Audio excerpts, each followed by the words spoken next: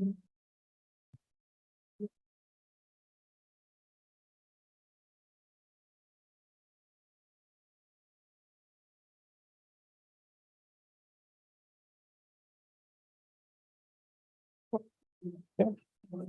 this time, our delegation, which is the Green Burial Ottawa Valley, I'd like to introduce Megan Spencer. Welcome. Thanks so much. Right. Good evening to KHR Township members, Mayor Vic Nagel, and all of our wonderful supporters for joining us here this evening. I am Megan Spencer. I am the chair of Green Burial Ottawa Valley. We could. Can I see the slideshow? Oh, yep. Reference point. Thanks, Pam.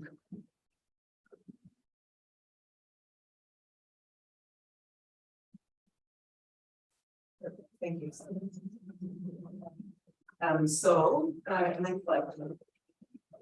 So this evening, we have some of our directors with us, some of our board members, Charlotte Bernard, Katie Howard, Renee Rosalind, Kat Amarin, Robbie Anderman, and online with us is Sasha Hansel.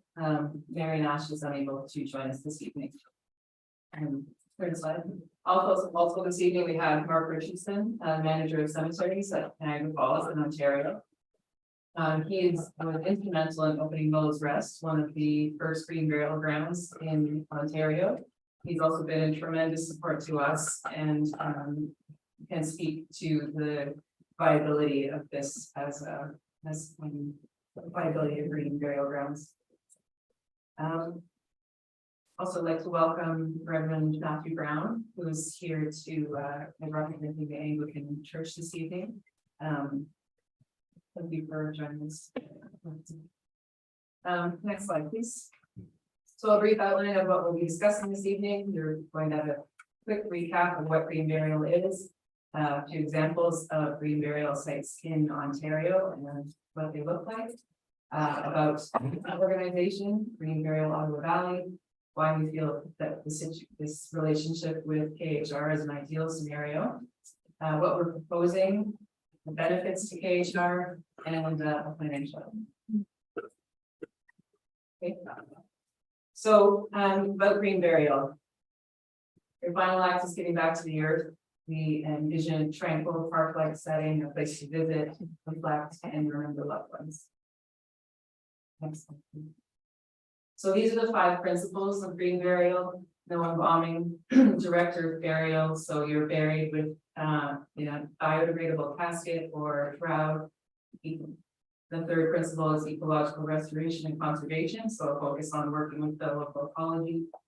Simple memorialization. So in this case, often can mean using headstones that are locally sourced and not imported, don't require concrete footers. Essentially, they can support their own weight. And fifth is optimized land use. So this is an infographic to just show the display of some of the basic principles of the distinction between the two, conventional burial and green burial. Here you can see that generally green burial happens at a shallower depth, usually 3.5 to 4 feet at the base of the coffin as opposed to fixed. It's just supports decomposition and integration with the environment. So this is sometimes thought of as a new concept, but green burial is essentially returning to the way that we buried people 100 years ago, sometimes not even that long ago. So that's the way we think about it, is that this is a return to an old way, a very old way. So in the UK, there are 300 green burial cemeteries now active across England, Wales, and Scotland. In the USA, there's now over 300 green burial cemeteries. In Canada, the first one opened in 2008, and we now have close to 40 green burial sites across the country. So you can see we're kind of lagging behind in the need. It's clearly being exhibited. So this is a map of the cemeteries across Canada. They're kind of clustered primarily around BC and in Ontario, but the ones in Ontario are predominantly in Southern Ontario. And they are all extensions of existing cemeteries. They're not standalone cemeteries or dedicated cemeteries.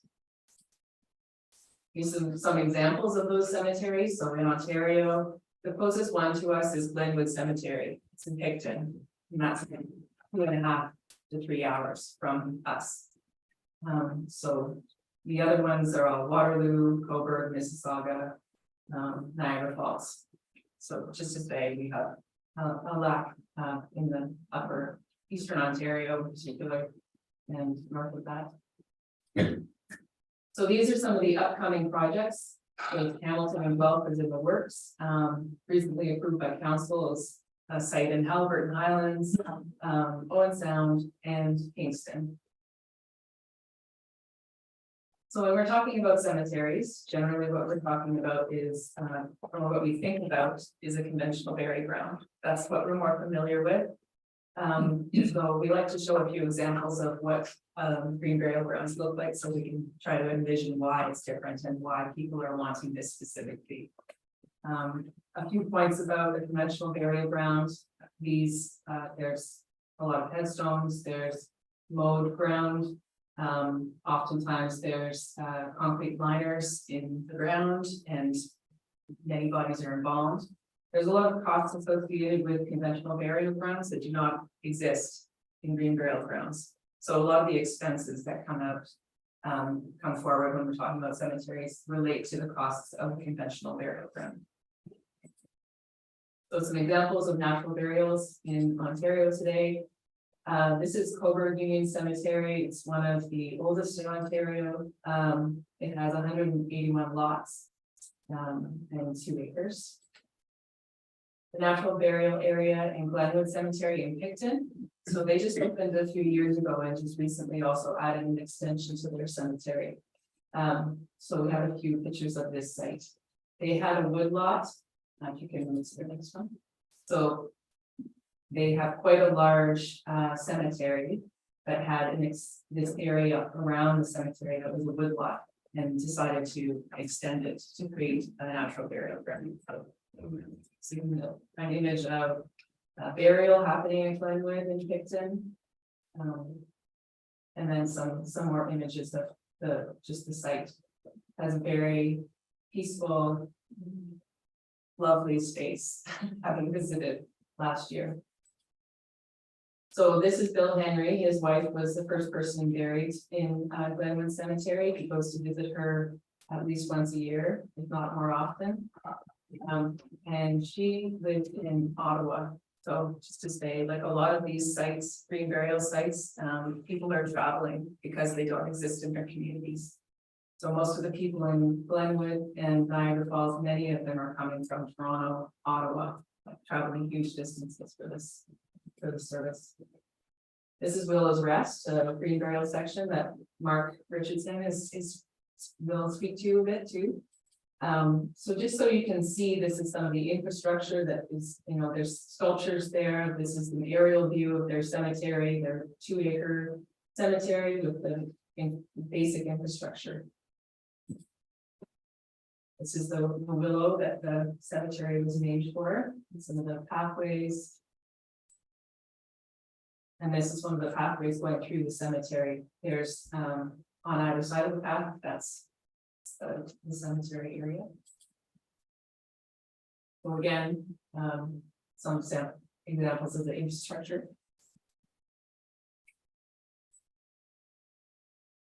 So because of the nature of these sites, they cultivate diversity, and there's been many new bird sightings, a lot of diversity coming in. So there's naturalist groups that meet in Willow's Rest. There's school groups that tour through. There's beehives at this location. So it's just an example of how much community engagement can occur at a cemetery. So a bit about us. Our organization, we started meeting in 2017. And that was because a friend of ours, a few of us at the time, Sabrina Radema, who some of you may have known, She wanted to have a green burial. She lived in Killaloo. She loved Killaloo and wanted to be buried someplace that people could visit her within her community. So that proved to be quite challenging. She did end up being buried on Wildlife Road, the same road that this KHR cemetery is on. But it was challenging because she was not a member of a church. There is no non-denominational cemetery in Killaloo or really in much of Ranford County. It's difficult to be buried if you're not a member of a church. And if you're looking to have a green burial, you can certainly do that in a conventional cemetery most often, but a lot of people are looking for a dedicated site that is committed to reflecting the way that people have lived. People want to be buried the way that they dedicated their lives to living, which many people in this community have wanted to offer a simple footprint, when they're on their way out. So we incorporated in 2019 as a cooperative nonprofit. We currently have 240 members in our co-op. And all of those people, that reflects some of the demands for our green burial cemetery. So our goal when we started our organization was to establish a green burial ground. All of us on our board, this is what we all want. And so many of us reflect that too. So we offer a lot of education sessions. So in 2019, we offered an education session, green burial info session at in Killaloo. And at that session was a member of the parish of the Anglicans in Killaloo. And we were called shortly after that and offered an acre in the care of the Anglicans. So that acre is on Wildlife Road, and through that, it was a bit of a journey to figure out exactly where it was. But when we found it, we also discovered that there was a cemetery right beside it that we then learned was in the care of Killaloo Haggerty Richards. So initially our vision, we wanted to have a standalone cemetery. We wanted to be, as an organization, the owners and operators of a dedicated cemetery. In Ontario, that's very challenging. You need to have $165,000 in the trust fund before you even are able to submit your application to the Bereavement Authority of Ontario. So that's not including land costs and all the other costs. So we switched our direction, knowing that this didn't seem possible for us as an organization. There were some pretty big hurdles. So we thought, well, why do not look to existing cemeteries? There's a reason in Ontario that the green burial grounds are all extensions of existing cemeteries. So that's where we thought we would come and speak to you folks.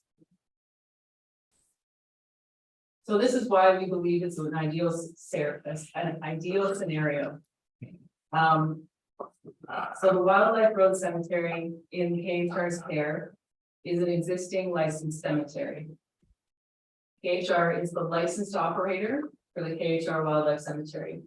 So that means there's no fees to open the new cemetery. You own the land. There's also the potential to double the size of the cemetery with a donation from the Anglicans.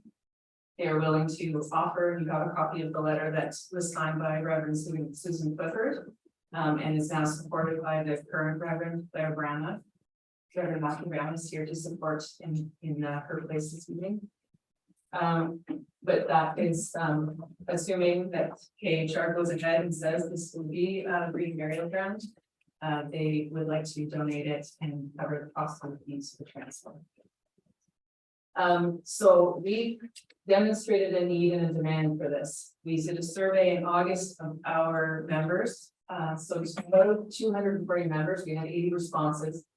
So 61.3% of these people, which works up to 48 people, said they would like to purchase a plot as soon as it's available.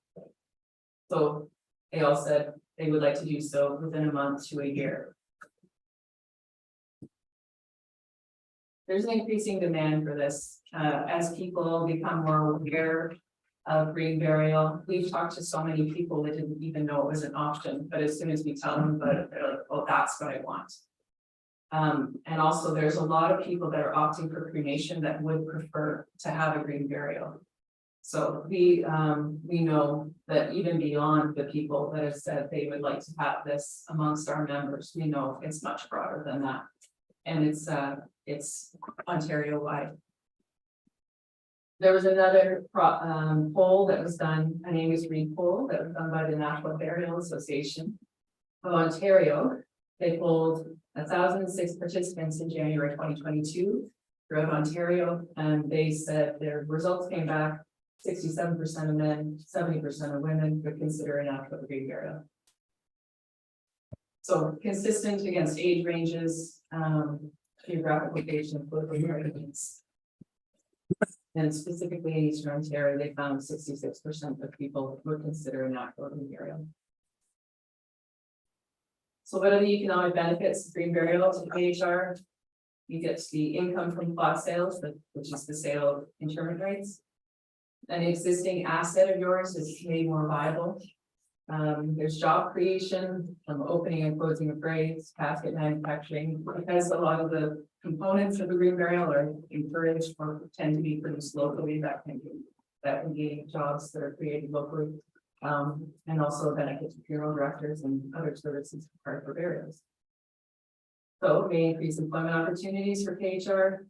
In addition, visitors, attendees of funerals will need places to stay, places to eat, places to gather.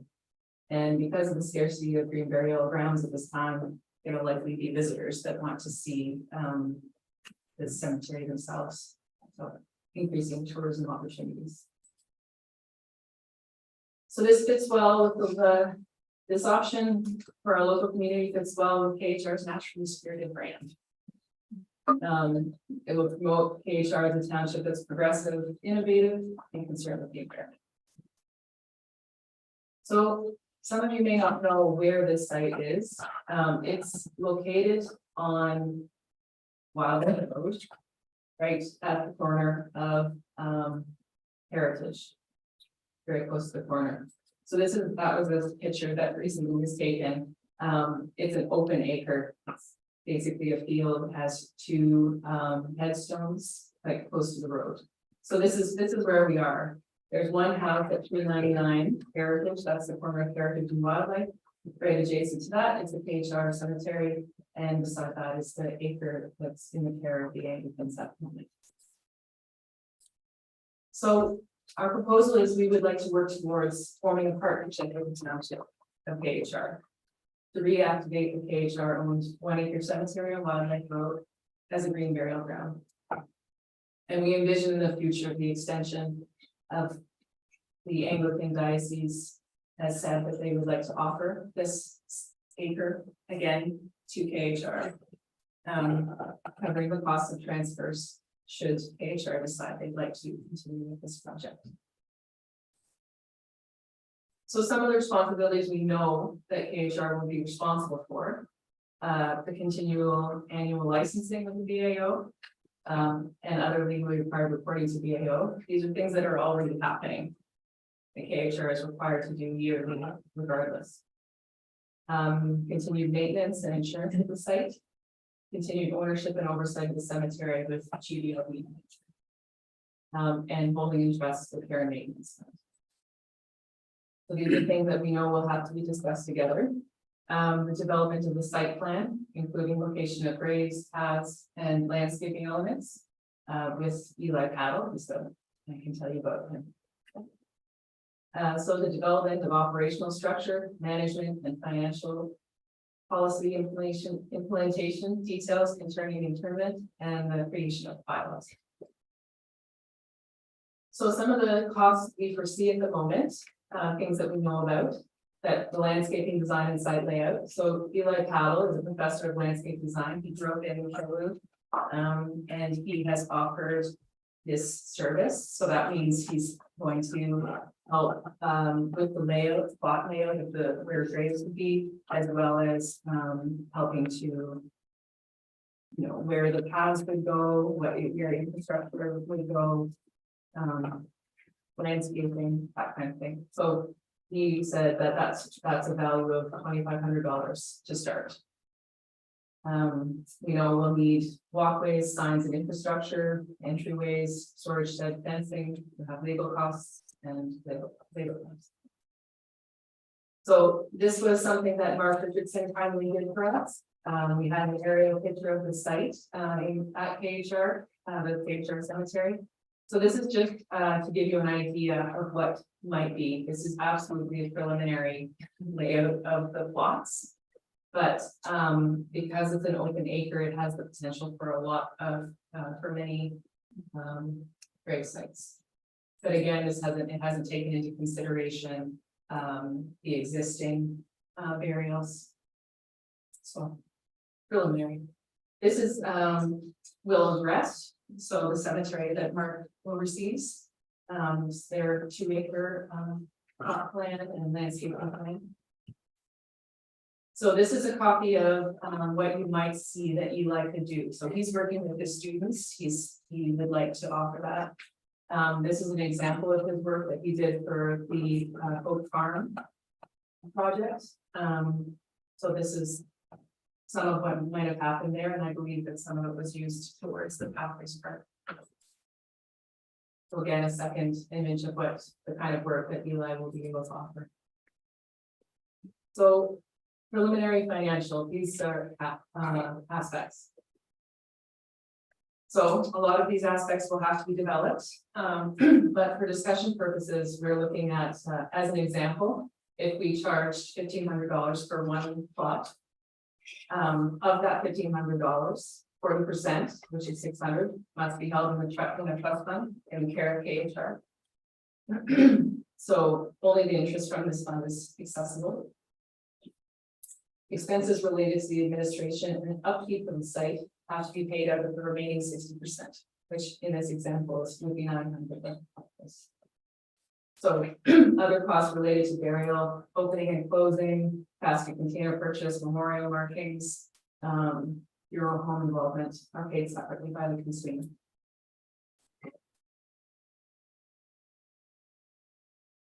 So again, this is a preliminary plan. Not always, but sometimes cemeteries have 2 tiers of pricing. A price for local residents and a price for people who are wanting the service from out of the area, out of town. So that can be determined in any way. We have, for comparison, the costs of a plot at the Jewish cemetery in Ottawa, Glenwood, the Green Burial site in Picton, and locally St. Andrews. So St. Andrews $1,300 per plot, Glenwood's $1,200. The Jewish cemetery is $3,950. And that's not an uncommon average. Sometimes they're much higher within the city. So that's why another reason that a lot of people are getting buried other places than within the city. So we estimate that a startup cost would be in around $25,000. And given that we have shown about 48 people, we have this from our survey that we did of our numbers, 48 people are willing to purchase a plot as soon as it's available. We did the for to cover $25,000, that would be 28 plots sold. So there's other costs to opening and closing, but those are obviously they're still estimated and to be negotiated. But this is just to show you that the costs of a plot sale can cover our expenses. So this is a bit about our contacts, our relationships that we bring to the table. We have been working for a lot of years on this and are very passionate about seeing it happen and wanting to see it through and carry it. So we bring a wealth of expertise and connections. this will bring all of these resources to understanding of the creation of the cemetery. So Mark Richardson is an incredible resource. The Anglican Reverend Claire Brama and Matthew Brown. The Community Resource Center has been very supportive of us. Susan Greer, the Executive Director of the Natural Burial Association, they have offered to support us in any fundraising initiatives. They were the ones to very supportive campaigns of anyone promoting green burial throughout Ontario. We have quite a large network of green burial advocates all over Ontario that we support each other. We have a relationship with the Maddox Valley Hospice, palliative care. They contact us semi-regularly with requests from people in palliative care that would love to have this as their means. Want to be buried.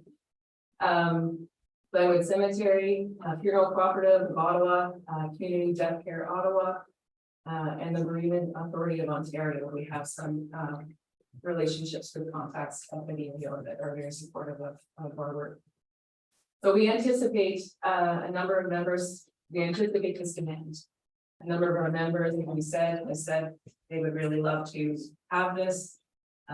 We have fielded a lot of phone calls from people who would have loved to have had this for their loved one. So we know our partnership can benefit the township financially, and we see this as a wonderful opportunity.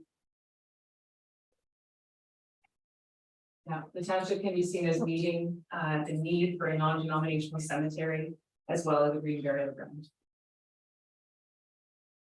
All right, so in closing, while we've endeavored to provide enough information to give you a sense of what this project would look like, clearly there's a lot of things that would need to be worked out in relationship together. So from our research, survey, and connection, we can say that this currently inactive cemetery could generate a profit, enhance community development, and respond to a growing demand and both locally and provincially. So the financial plan and administrative structures still need fine tuning and working out with your input. So we're asking you today to commit to development of a partnership with Green Burial Ottawa Valley to reactivate the Wildlife Road Cemetery, addressing the local and regional demand for a non-denominational green burial ground. So thank you very much for your time. I'd like to hand it over to Mark. He had a few things to offer. So I'd like to go ahead, Mark. Great, thank you very much. Megan, you've done such a phenomenal job on the presentation. I'll only take a few minutes to provide, I think, some perspective, if I may. First, I'll start with some perspective with respect to why we developed it here in Niagara Falls, but then I'd also like to provide some perspective as to the stories that I've heard and the communities that I've met working through the green. Oops, sorry. Sorry to interrupt. Just asking if it was possible, but I'll turn up the volume a bit. Okay. Go ahead. Sorry, no, not sorry. Okay. We're good? Oh, yeah, there we go. Okay. Thank you. So I was just saying, I'd like to provide a few points of perspective, if I may, some about our development here in Niagara Falls and why we did that. But more importantly, I think I'd like to touch upon some of the experience that I've had getting out into the communities across Ontario and helping them develop green or natural burial sites within their existing cemeteries as well. So here in Niagara Falls, we developed Willow's Rest because it was something that I believe strongly in. We had community support, but not to the extent that I'm seeing here with Megan and the group and the number of volunteers and the number of people that have reached out and completed the surveys. And, you know, we're seeing growth in municipal cemeteries such as Hamilton, Waterloo. There's two now in Toronto. One that we didn't mention, or the Megan, I forgot to mention to you the other day, is a cemetery in Havelock. Maple Grove Cemetery in Havelock is now developing a site. They've already seeded it so that it will be available for sale next year. But in these areas, say Kingston at Pine Grove Cemetery, Maple Grove Cemetery in Havelock, Union Cemetery in Cobourg is a great example, and of course Picton These are all sites that were developed because the community came out en masse and said that they wanted and believed in green burial sites. And each of these communities, as they develop it, and Union and Glenwood is a wonderful example, the success that they've seen is far superior to that which we've seen in Niagara Falls, and we've been incredibly successful. I can tell you to date, we sell on average about 200 lots a year, and our green burial sales are now up to 30 lots per year of that 200. So we're looking at about, I believe, about 15% of our sales are now shifted towards the green burial. Many of those sales would be with people who didn't have an affiliation to cemeteries before green burials were introduced. They were people that would likely have their loved one cremated, and they would take them home and place them on the mantle in their closet because they, again, they just didn't have an affinity or a connection to having their loved one within a manicured site. And we've heard their wishes. Even with respect to Willow's Rest, we developed it as a full body lot only. The 2 acres accommodates 736 lots. But following that development, we had people come to us quite upset because their loved ones had been cremated and they wanted a cremation garden. So we've developed that. And they would have preferred to have a full body burial within Willow's Rest. So first and foremost, I really want to commend Megan and the crew. Seeing the interest, seeing that we have upwards of 20 people already interested in purchasing, means that you're already that far ahead.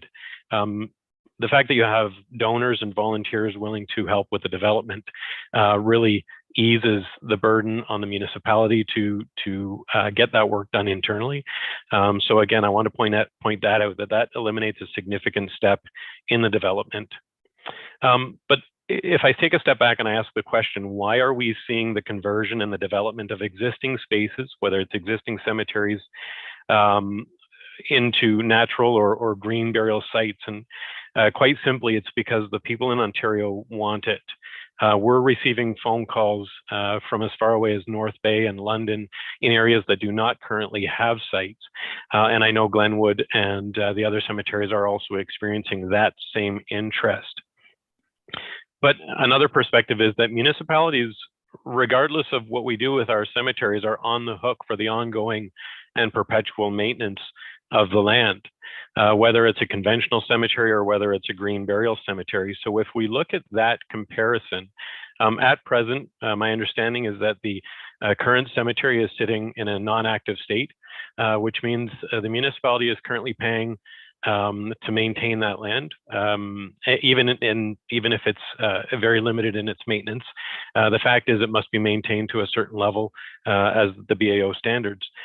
By converting that space into an active green burial site, it allows the municipality to conduct these sales through the group, which would mean, as Megan has actually done a great job outlining, that with 1 acre of property, 1 acre could potentially contain upwards of 300 lots, and at $1,500 per lot, you're looking at a $450,000 investment into the land.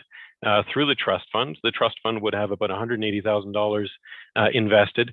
And then of course, 60% of that $270,000 would pay for the overhead and among other things.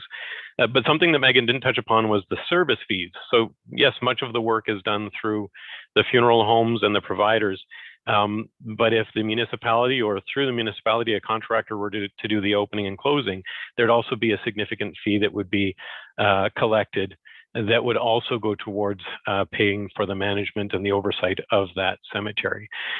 So in essence, you're taking a parcel of land that currently is deemed as unusable or with little profit, and you're, from a business perspective, you're turning it into a piece of land that the city could generate significant profit that would help pay for that maintenance in perpetuity, as opposed to being a burden on the taxpayer in the long term.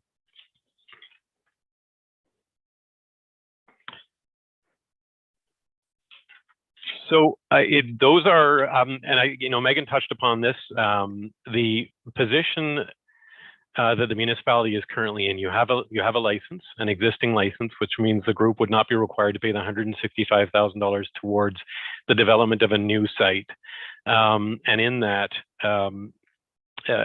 again, in that it's a perfect partnership, and we're seeing these partnerships being developed across Ontario. In fact, many have existed for quite some time. Woodlawn Memorial Park in Guelph is actually city-owned property, but a board manages the cemetery and seeks support through Guelph for the ongoing development or the expansion of that cemetery, and it's been incredibly successful. And in that success, they've now started to develop their own green burial site as well, recognizing the shift in the industry. So I guess the bigger picture is this is an opportunity for the municipality to benefit greatly. It's an opportunity for the community to come together and benefit greatly in finally bringing a green burial site to the area. And it's a wonderful opportunity for the municipality and the board to work together to see that happen. As always, I'm happy to help in any way that I can. And beyond that, I thank you for giving me the time to speak with you today, and I'd be happy to answer any questions at all. Mark. I guess we can go ahead and answer any questions that I would myself or members of our board. Mark. First off, thank you very much, Megan, for your presentation. It was, you could tell your passion and it came out oozing. And I think you did a great job. I'm going to open up to council now to ask any questions.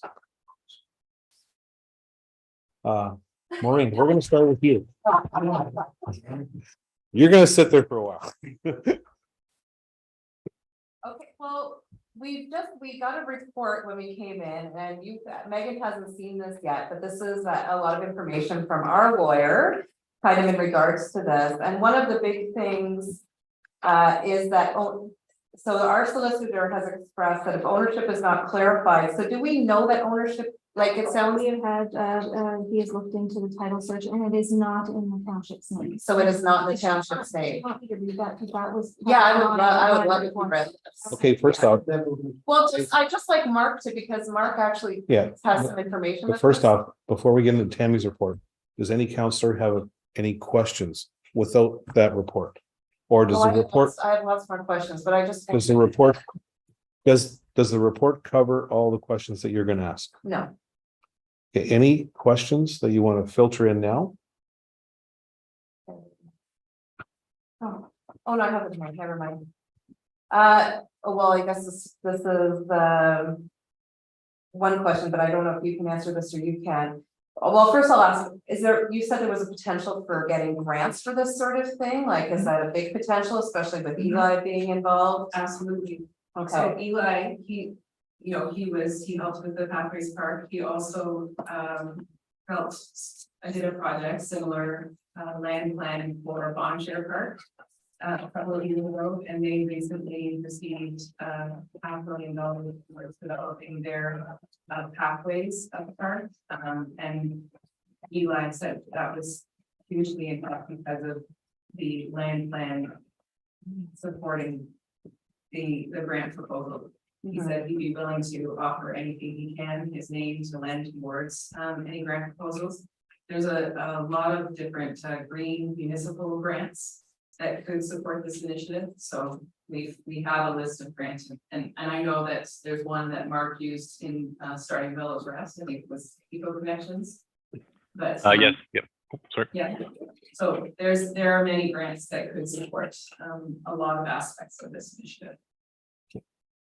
okay, my other question was, but this might be more a question for you, is there a cost associated with that report that goes out every year? That Charlene sends in, saying how many bodies are there, there's no cost associated with that. Okay. And then the rest you will probably answer. Bill, do you have anything else? Not yet. No. Okay.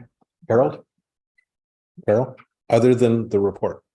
Okay, now we're going to go to Tammy. So I prepared a report for council pertaining to the cemetery located on Wildlife Road and the request to make it into a green burial cemetery. From a cost perspective, some of the main costs for the operation in this case would likely be vesting the property into the township, the potential archaeological study, and insurance liability and staff time and administrative costs. The following is a synopsis of my findings while researching the possibility of moving forward with the request of a green burial cemetery and matters that needs to be considered. So ownership, there are no records that could be located that indicate that an order was made that the township would be responsible for maintaining the cemetery. And there are no records that could be located that would indicate that the township is the owner of the cemetery. The township solicitor completed a title search and found that the listed property owner is not the township and the title is in the name of the trustee of the Presbyterian Church for the Mission. The township solicitor also contacted various government agencies and no record of the township ownership of the cemetery could be located other than an email correspondence indicating that there was a belief that the township was the owner. Lastly, the township solicitor reviewed both present day and historical legislation regarding the transfer of the cemetery ownership to municipalities and came to the conclusion that nothing occurred that indicates that the ownership of the cemetery was vested in the township. Despite this, in the early 2000s, it appears the township received correspondence from the ministry, which indicated that the township would be responsible for the maintenance of the inactive since 1902 cemetery, which largely involves grass cutting and reporting every year that no burials took place. The township solicitor has expressed that if ownership is not clarified and the township activates the cemetery on site, that it could potentially cause legal and liability complications in the future.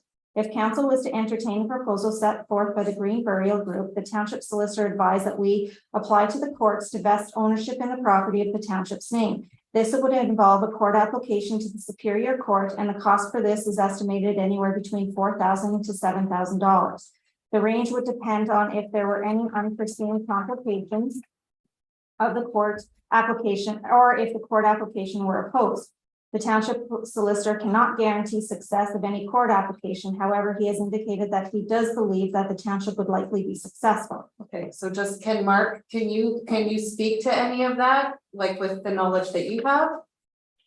Ownership would best be spoken to by the BAO, but in many cases, much of the land that municipalities or townships must maintain was originally private property. Pioneer, we have 24 cemeteries here. Many of them are on private property. And so, yes, we've been put in the position of having to go through that transfer of the land so that we can continue to maintain them. That's something that the BAO has been pushing since about 2012. So I do agree with that. That being said, the township does hold the license for the cemetery. So that gives you the right, as the holder of that license, you have the right to operate it. Whether you own the land or not. We currently in Niagara Falls operate a number of cemeteries that we don't have ownership of. They're still under ownership of various dioceses or religious groups. So just to interject, I think when we checked in about this with the BAO, because we were looking for documentation, and they provided the documentation that I then shared with the township, that they had said that this, the paperwork, well, it says the owner is the Church of the Mission.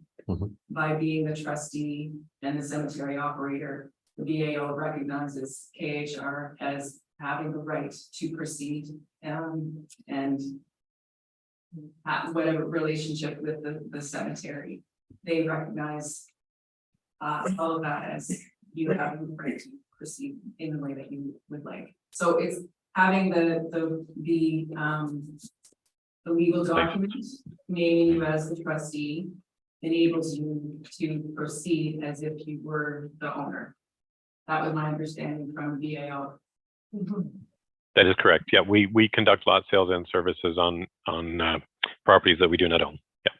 So what is your opinion on like liability issues if we were to proceed without a transfer, like a transfer of title? That is I mean, it's a tough question to answer because I don't want to speak on behalf or as a lawyer. But again, I'm assuming that as the township is currently responsible for maintaining it, there must be a level of insurance already on that property. If somebody were to go on that property at present and trip and fall, would the township not be responsible? Well, the property is not part of our insurance package because we don't own that property. So it wouldn't even be listed. So you'd have to have it insured. Of course, if you have people attending the site and working on the site, it would have to be insured. Is that not right, Ken? That's correct, but that would be something that council has to decide and Right. we move forward. Insurance would obviously have to be investigated. Mhm. Yes. And it's not just a simple land insurance, it's all the other stuff that has, which you're gonna talk about later. So is there any other questions Yeah, as far as what the, No. not yet, as far as the ownership part? She's got this all broken down really good, so, Yeah. so- and we'd like to go step by step. And if there are questions by either you or Mark, please pipe in. Okay, Okay, so the next thing I have is we are under the impression that there are bodies buried on site, as there are 2 active grave markers. If we plan to sell intimate rights and conduct burials, we do not have credible maps showing where remains may be buried. Which we don't have the maps. Then we would need to conduct a 3rd stage archaeological assessment to determine where new lots for burials can be located. Now, I only Googled this figure. It's not there's a wide range to it, but the cost would be anywhere from $5,000 to $100,000. Also for this study, it appears that there may be a requirement to investigating abutting lands and in some circumstances, and there is an abutting landowner where we may encounter some resistance depending on the circumstance. Mark, did you have to go through that in Niagara Falls? As of yet, we have not. No. The sites that we currently own have been, those that have been active remain active, and those that have been semi-active, we conduct the interment of cremated remains so as not to disturb anything below 3 feet.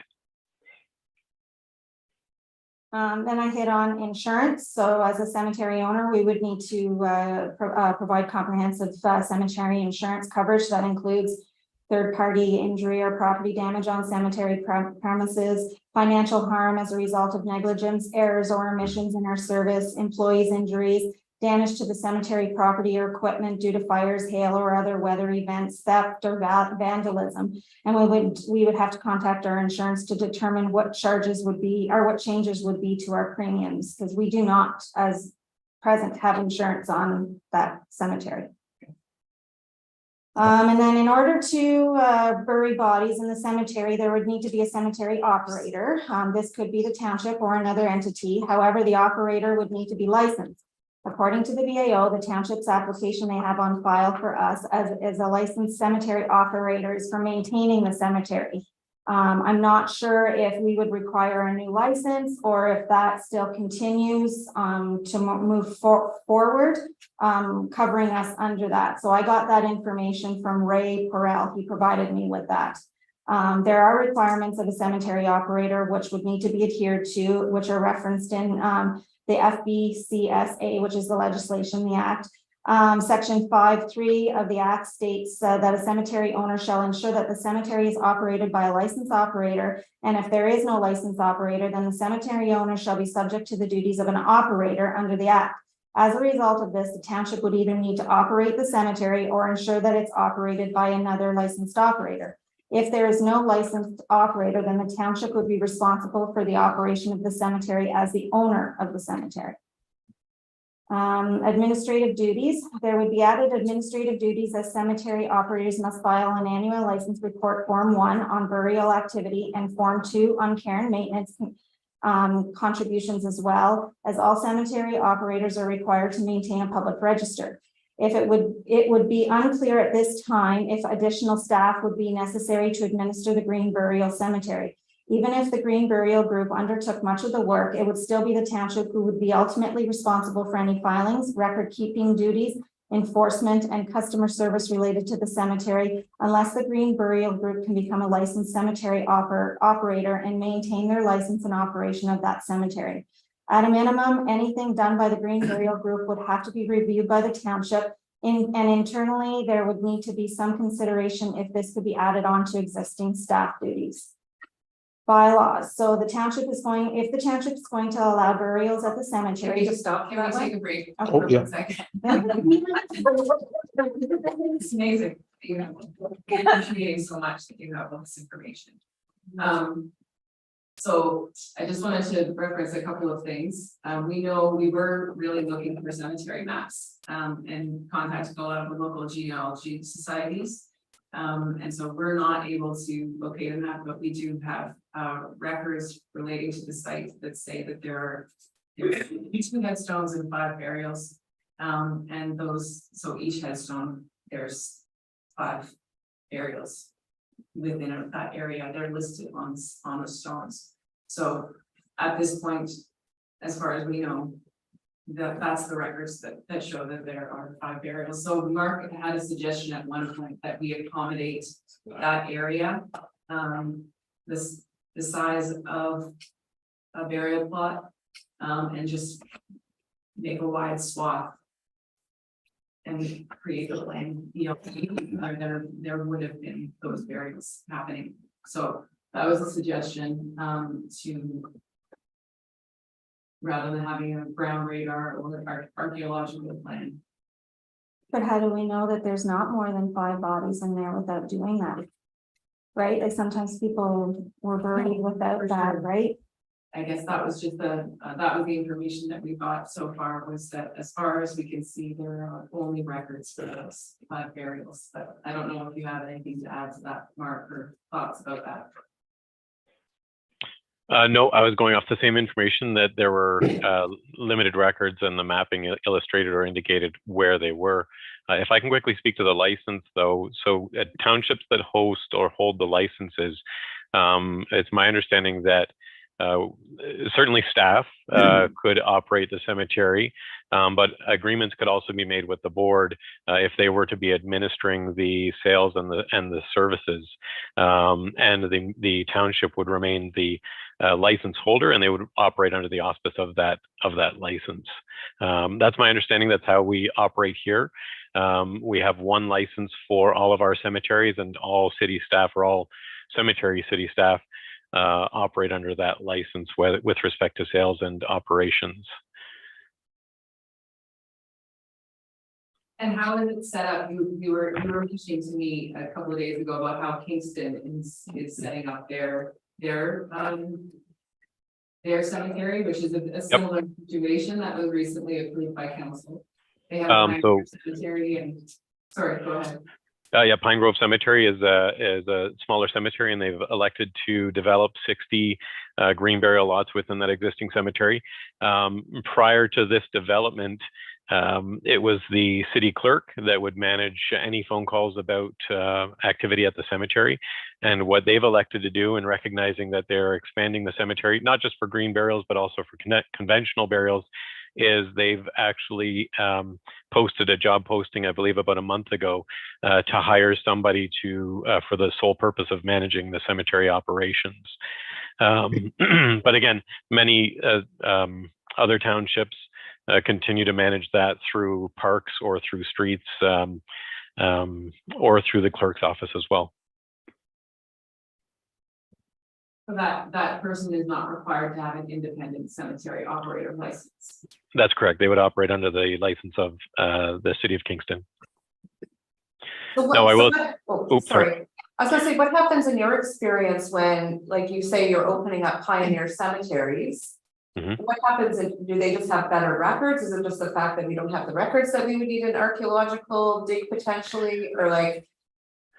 In any cemetery that we are opening a grave, we have mapping, and so in this case, if you're concerned about the mapping and you're not 100% confident that the area of the cemetery that's to be developed has not been used in the past, then it would make sense to conduct and again, I think a stage 3 might be pushing it, but you could conduct a stage 1 or 2 to see if there are any findings, and then go from there. Ground penetrating radar would also identify if the ground has ever been disturbed as well. And we have used that in some of our pioneer cemeteries, not for development, but essentially to identify where gravestones may be so that we can unearth them and restore them.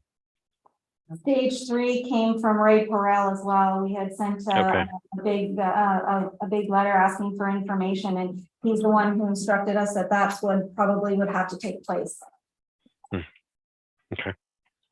I think also there was a suggestion that when the Presbyterian cemetery became, the church was no longer active, that their records went to Calvary Baptist. So there's still the possibility that the records of the cemetery may be in the care of Calvary Baptist. We looked, excuse me, we looked into that before and we couldn't find out, like Garnet Cross was in the church all the time. We never did find records of anything on burials here that we looked into. At Calvary. Yeah, right here. You can check with them, but We looked into the Presbyterian Church of Canada and they don't have any records. They said, pointed to Calvary. I, The Heritage Rental is the one that has the names off the grave sites and the number of people. but I don't think they, you can check in, because we discussed this a few years ago. So would the trustee be listed as the Calvary Church? No, the Presbyterian, like, But they're non-existent anymore, right? No, they aren't the owners of it, no. We So- went through this. So who is actually the owner then? We don't- what the, that's tr- called, the, said. the trustee of the Presbyterian Church of the Mission. What? But who is the trustee? They do not know, well, the church, but. it's Somebody has to all know. up there, it says- Pardon? It's sitting there vacant land. Yeah, there are names listed on the document. And they were representatives from what I recall of the township at the time, municipality at the time. What year was this? Illegible, yeah, I mean, like a document from 1905, so, we have copies of it, be happy to share with you, I believe I sent them one to Tammy, so perhaps they can be shared with them too, that wasn't. Because if there is an individual who has the trustee as the trustee or a church, whatever, I don't think. the Well, they were, that's my understanding, from Ray, when he Yeah. explained the basics of it, was that there was representatives from the Church of Mission and representatives of the council at the time. That was who was on the document. I wasn't in that. anything else up to the point where Tammy left off? Because she's on a roll. How about two more paragraphs? That was most of it. Yeah. So the other thing, again, when I started was bylaws. So if the township's going to allow burials at the cemetery, green or otherwise, there will be a number of items to think about. This will include things like intimate rights, who can buy them, who can they resell them, who's eligible, etc. Cost of the plots, what monuments will be allowed, prohibited, liability, burial hours, cemetery hours, consumer protection. There are things like cooling off periods related to some funeral cemetery transactions where persons can request refunds, fees for burials, how many people will be buried in a plot, resodding policies, acceptable and prohibited plants and items, care and planting, outlining items that are prohibited and permitted. These are just some of the subject matters that will need to be addressed. All municipalities who operate municipal cemeteries must have bylaws which set out their policies on these matters. Also in OREG 3011, section 150 identifies the rights and restrictions as it pertains to bylaw. And my closing is possible revenues and costs. And so if the township is going to involve itself in cemeteries, there will likely be some revenue generated from selling the plots. However, there will also be costs, and these costs will largely relate to administration requirements, including record keeping, fund management, consumer protection matters, ensuring compliance with legislation, determining where the burials have occurred, and regulating the use of the cemetery. So we have a series just around bylaw creation. The VAO offers outlines of general cemetery bylaws, but we also have copies of green burial bylaws that have samples from both Willow's Rest, from Picton. I think we have 5 or 6 cemeteries, green burial ground bylaws as examples that they're willing to offer us to use as. And Ray has provided us with those as well. Yeah. Mhm. So a lot of the things are, pretty standard. But certainly, of course, there's decisions to be made about the specifics of the site and what KHR like to see. So now, Carl, did Tammy answer all your questions? Bill? Megan, could you lay out for me or for us what you think, what's the division of responsibilities between burial at the outset and then Yeah, so that's, Okay. I mean, there's a lot of things that obviously we need to work out from there, but what we're imagining or possible, there's a lot of different possibilities. But what we imagine is that you maintain the administration end of things that you're already doing, that you would be obligated to take care of the care and maintenance fund, the collecting of fees, that kind of thing. But what we've seen in a lot of cemeteries, if there is a person, especially locally, this is a pretty common thing. There's two different ways. There's an independent person that's hired and paid per percentage of the sale of each plot sale. And they're more or less like a volunteer cemetery manager that's paid a percentage with each plot, but they are the liaison between and doing a lot of labor, contact work, and then transferring to finish the sale to the township. There's another structure where like a creation of cemetery board that could hire someone to do that task too. So it could be a more formal structure in that way as well. But we're imagining that there could be an independent board created for the cemetery that might have members of council or the administration of KHR, members of Green Burial, Ottawa Valley, that there would be a person potentially hired by that board. But so there, does that answer your question? First part of it, Sort of. yeah. Okay. Then what happens if Greenberry, Ottawa Valley cease to operate? Then it would all come back to the township? Well, Or would the township just turn it off and put it back to what it's like? I mean, you could, yep. Either way could work, but I guess that's sort of what we looked at, was realizing that it's not, if we take on the cemetery, then we're required to create a trust fund and do all these things. It makes more sense if it stays in the care of Killaloe Heritage Richards, since if we did cease to exist, you're obligated to take it on regardless. So,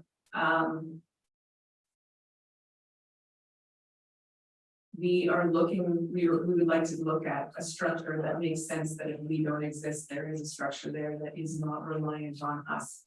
So if there's an independent cemetery board and an independent employee or contract worker of that board, then we can work towards creating a structure that is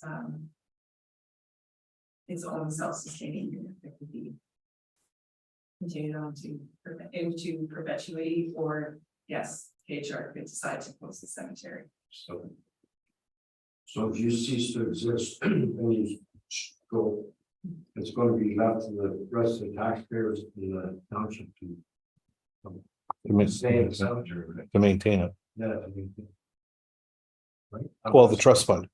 Well, the trust fund will be, No, there's not. if there's no trust fund? Yeah. Well, there would be a trust fund from the sales, the plot sales. Such. But that will eventually run out and then, No, sorry, it's built, so 40% of every sale goes into the trust fund, that's the obligation of set up from the Bereavement Authority of Ontario. So if you're putting $600 from every plot sale, and we say, right now we have 48 people that want to offer a plot, that's a good chunk of money that you have to into perpetuity to support the cemetery maintenance. And again, like green burial sites are much lower maintenance than conventional burial grounds. But, obviously, this is something that we would have to develop together to make sure that it didn't seem like it's. A follow-up question that I have, that there's not an answer, it's not a question to you really as much as to Tammy or the group. This group is, what would it be like to stop operating? If one of our fears is what Carl suggests, putting the other taxpayers on the hook for operating it after Greenberry Ottawa isn't there, or Ottawa Valley isn't there, like, can we just turn it off and would it go back to exactly what we're doing right now? I have no idea because Yeah. I have no experience in this whatsoever. Not as a staff member, I'm not, I'm not either for it or against it. Oh, God. I'm neutral and I provide, like you provide counsel with your information and I provide counsel with my information. And some of it's the same and some of it's not, but it's ultimately council's decision as to moving forward with it. And that is a question of my own as well, is if, what happens if the group disbands and disbands and then we're left, can we just let it go? I haven't gotten that far in investigating it and going that way. But I do have a question. So you did say that the cemetery beside the wildlife one would donate an acre. Well, what happens if could it not be worked out that the trustee donates the acre of land to that church and the green burial operates already out of the cemetery that's already active? Is that cemetery active? No. There's no burial. There was no burials, it was. Okay. They have their cemetery in Eganville, and that plot was laid out as an extension, to be an extension, but they are not needing that. But could you operate, could you build a partnership with them to be able to bring that on for the green burial? Well, Because I don't know, even for the title, how that, we can go as a township invested in our name for the wildlife, for the one that we're the operator of, but could we say that we could give it to the church? well, I'm sure you could do that, but that would have to be a conversation reopened with the church, because at the time they were not, when I asked them if they would be interested in doing that, if they would be interested in partnering. They said no at the time because they are not a very big, they don't have a very strong congregation. And the only reason why I ask is because, For the time understanding. yeah. And again, the only reason why I ask is because they're already familiar with burying people, Yeah. right? And the laws and the legislation. If I may, councillors, my name is Reverend Matthew Brown. I'm the incumbent of the Edmonton Parish of the Valley, which includes Church of the Ascension here in Killaloe and St. John's and Framework. We operate 11 cemeteries, actually. So it's actually heartening for me to hear a discussion about cemetery operations, because this takes up a great deal of my time. It's theoretically possible. It's theoretically possible that this cemetery that is adjacent to the Anglican acre of land is declared and registered with the BAO as an inactive cemetery. We file an annual piece of paper. I don't believe there's been a burial there since the 1930s or 1940s.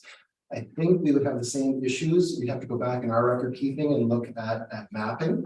But it's possible. The issue, though, as Megan identified, and this is where the township would be in a better position than we are, is human resources. We're a small congregation, aging. Average age is probably upwards of 75.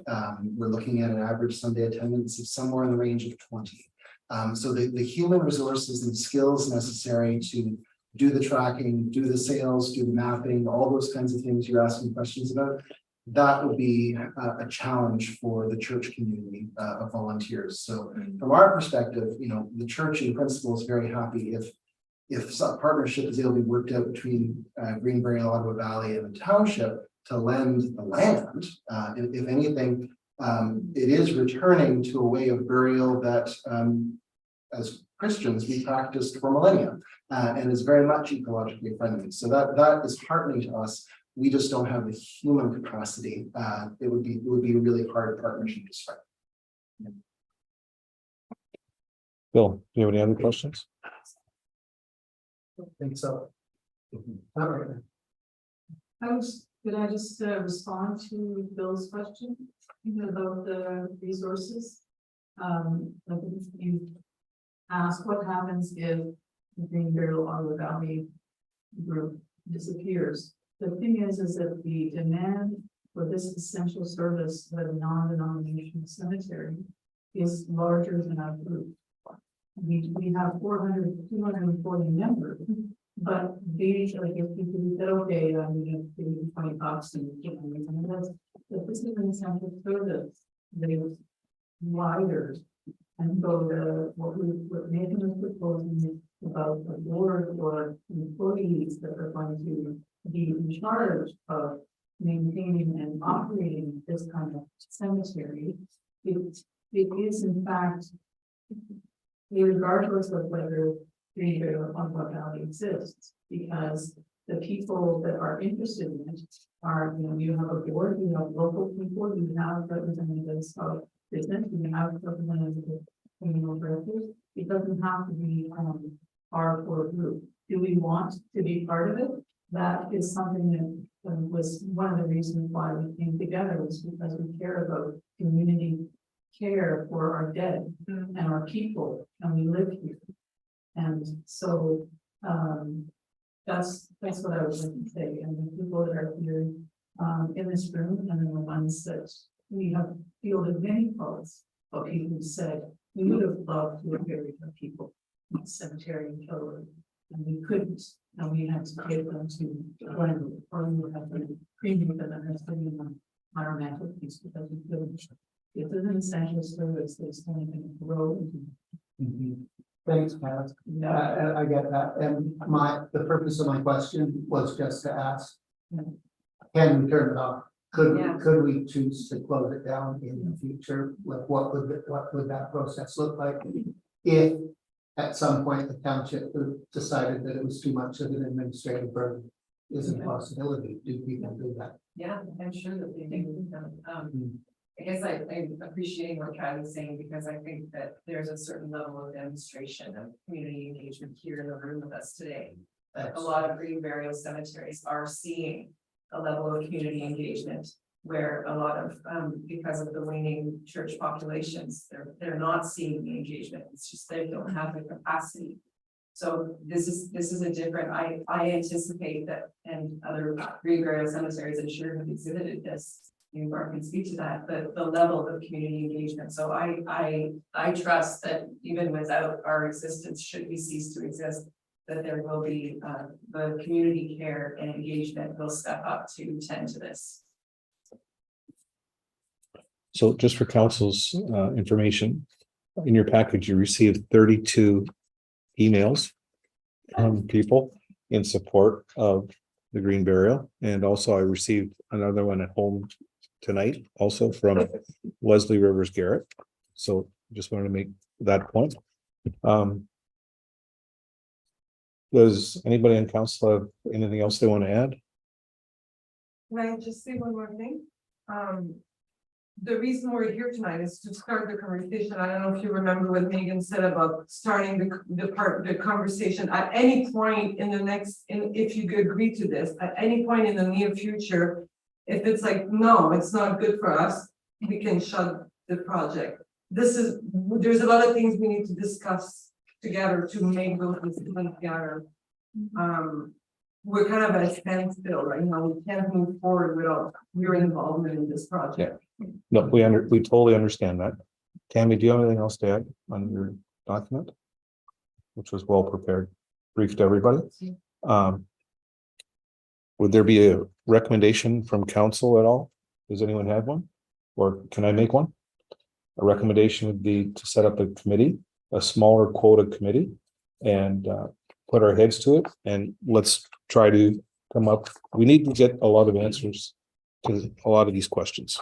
But don't we want to find those entities together?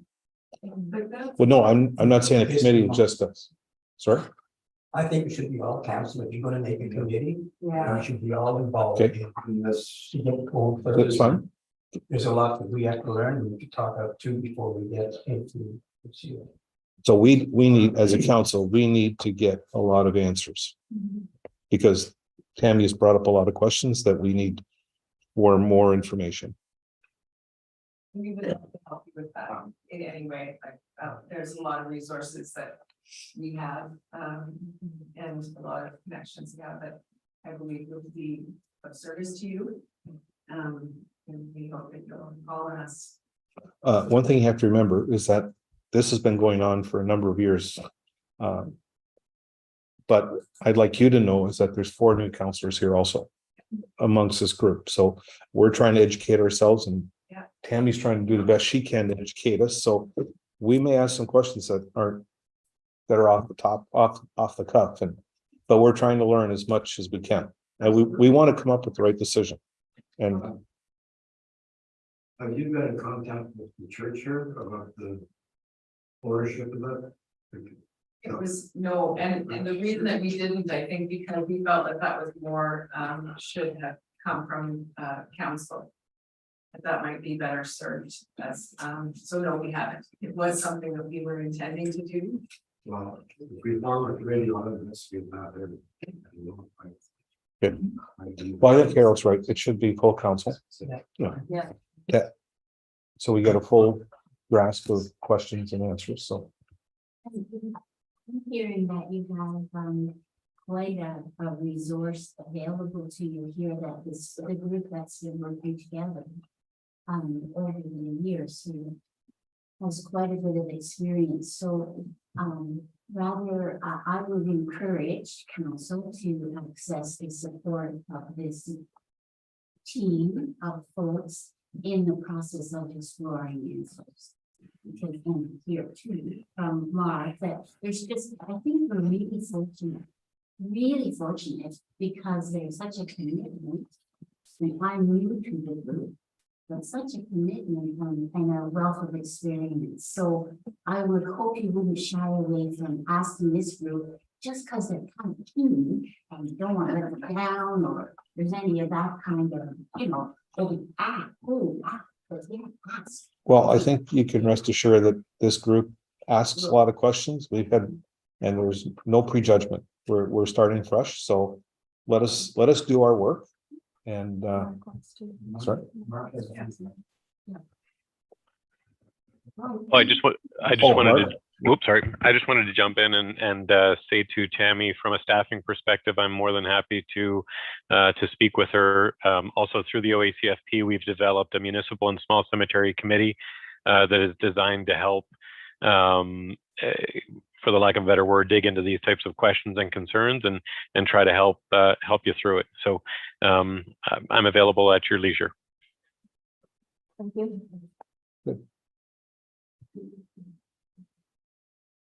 Is this the only example of a standalone cemetery in our township? Because I'm wondering about Union Cemetery, which is out in Tremor. And I know they operate under their own board of directors and do their own maintenance. So I'm just wondering if that's an example of one that's been ongoing for a certain period of time. Nobody's afraid that they're I don't know. stop. It's behind, the little Do you know? church at Tremor? Right on the course. It's behind it. But it's not part of the Anglican Church. I know, I live just down the street from them, but I don't know. I don't know. We could check out, we could find that out. One that looks after was Roger McNamee. Yeah. Oh. Yeah. So I think we can leave it at that. That's okay with you, and let us do our work. Is that fair to say? Yeah.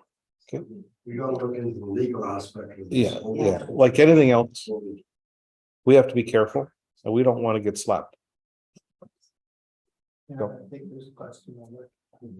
I came in a little late, but that's my worry.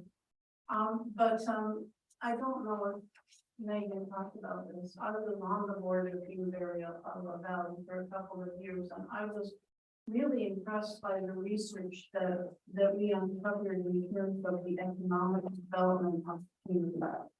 That comes from who got into talking about the casket making and some of the other things that would, become economic spin-offs. So I just wanted to be sure that gets on the table. Yeah, I think they put that in their presentation. Yeah. Yeah.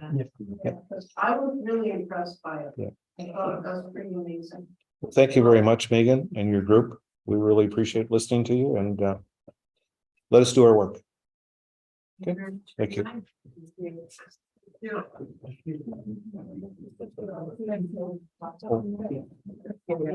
Whatever the voice. We gotta follow the agenda. We got another half an hour left.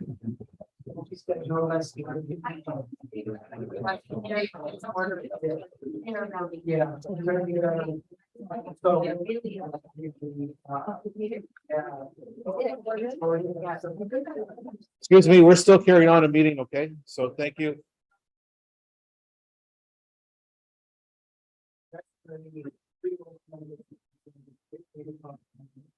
So we have, do I do that now? Okay.